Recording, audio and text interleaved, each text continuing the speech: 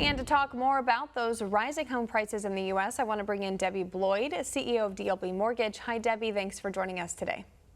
Hi, thanks so much for having me. So we had yet another month, the fourth in a row of record-breaking price appreciation in the U.S. housing market. What's your response to today's new data? Well, it's not surprising. We know how busy it's been in the real estate market. What I want people to understand, though, is it doesn't matter if you're not selling your house. This is just a snapshot of the market today. When you get ready to sell your house in 2 years or 5 years, these numbers may not be there. So if you're selling in the near future, great, you've timed it right. If you're out there looking for a house, know that you're buying at the peak and you're going to ebb and flow just like all the markets go. You might buy a little high, but if you're going to stay there for several years, you're going to be making that money back. July's increase in prices comes despite a bit of recovery on the supply side of the housing market. Data from the National Association of Realtors shows the supply of homes for sale at the end of July was up more than 7% month to month. Do you see the imbalance in demand and supply improving at all in the near future? Well, the people that build the new homes, the great big national home builders, they are actually pacing themselves. So while here in Dallas, we have a lot of these master plan communities and areas, some builders are only saying, I'll take 2 or 3 new contracts this month. So they're not saying we're going to sell it all out just because we can. They're afraid they don't have the lumber to supply that demand. So they're trying to self-pace.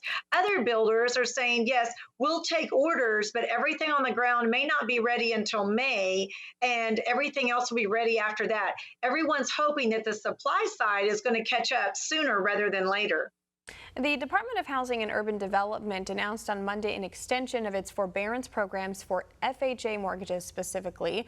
Now, borrowers with an FHA mortgage will be able to put their loan into forbearance, delay their payments until the end of the COVID-19 national emergency. They have a maximum of 12 months to be in forbearance.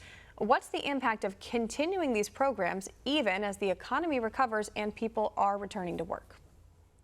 Well, I don't believe that you get to stay in a house if you don't pay. I think if you cannot pay your mortgage, you probably need to reorganize your finances and buy something that's affordable. Not only are you keeping someone in that house that can't pay, but the government is also keeping people out of that house that can. So yes, that number is put onto the back of your mortgage and you have trouble refinancing, but these people may have to sell, maybe not this year, but next year, because they're not going to be able to catch up on that forbearance. If they're having troubles now, they're probably still going to have troubles. FHA loans are the easiest loans to get approved for, with 3.5% down and a higher debt to income ratio, not so great at credit. So these people are already kind of on the edge of being able to put 5% down. They can't do it. That's why they're qualifying for FHA. I think we're doing ourselves as a country a real disservice by artificially keeping these people in their homes when other people could be buying the home and making the payment. A part of what's helped buyers amid these record high prices is that mortgage rates were at historic lows.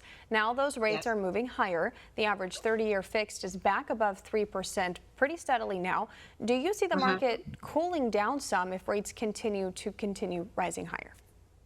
Well, I think there's a lot of people out there that need a place to live. So people are moving across the country to live in different places. I don't think the interest rate is going to keep them out because they don't know what it was before. If they're first-time home buyers, they just know they need a home. Now with the interest rates rising, they're going to be able to afford less of a home than they could have this year, but they still need to buy. Rents are still going to be going up. So it's always better to buy than to rent, because when you rent, number one, you don't have any equity, and number two, your landlord at the apartments or the complex or the house you're renting can still increase rents. So at least owning is better than renting. Both are going to be going up as inflation shows its ugly head again. All right, Debbie Bloyd, CEO of DLB Mortgage, joining us to discuss rising home prices in the U.S. Thanks as always for coming on the show today. Thank you. Want to see more videos like this? Visit OANN.com for immediate access to all the clips you've been waiting to see.